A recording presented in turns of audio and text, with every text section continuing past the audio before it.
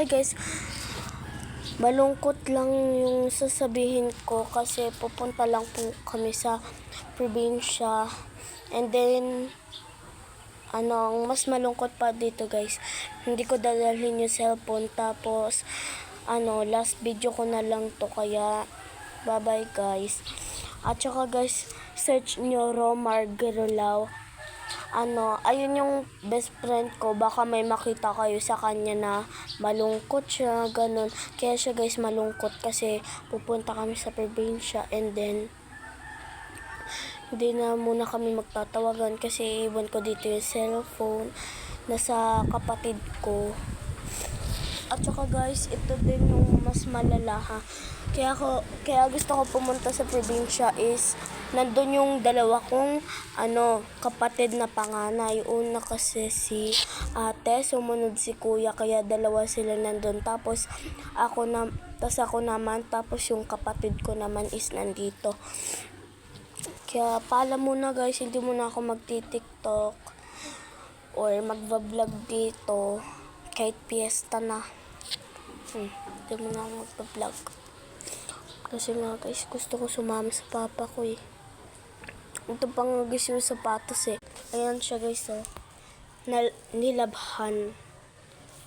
Siguro guys, ayun yung gagamitin namin ng papa ko papunta doon. Di ko alam guys kung mag-airplane ba kami o magpa-barko. Kasi guys, pag airplane sobrang sayo. Tapos pag barko, medyo nakakaaliw kasi nagpapakain kami. Kasi kada sakay namin doon sa sa barko is mayroon ako nagiging kaibigan doon, mga bata, ganun. Tapos yung pagkain namin, dinudurog namin, tapos ibababa namin STA or ihahagis para makain ng isda.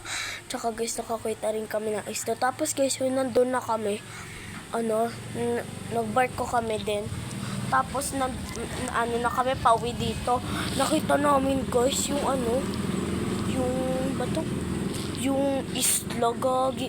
Dito yung dito color green, tapos dito color blue.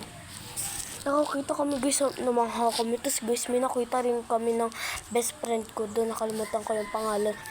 Nakilala ko rin siya sa barko.